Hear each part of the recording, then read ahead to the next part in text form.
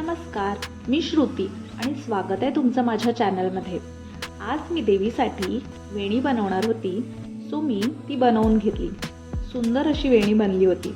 त्यानंतर मग मी देवीची पूजा करून घेतली. आज होता नवरात्रीचा 6वा दिवस.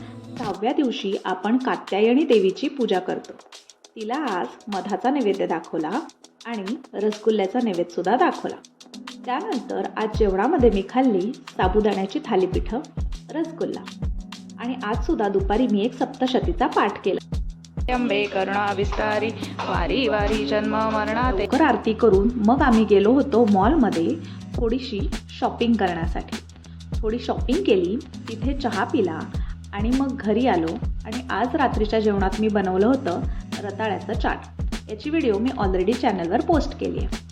चला बाय, भेटूया न्यू व्लॉगमध्ये.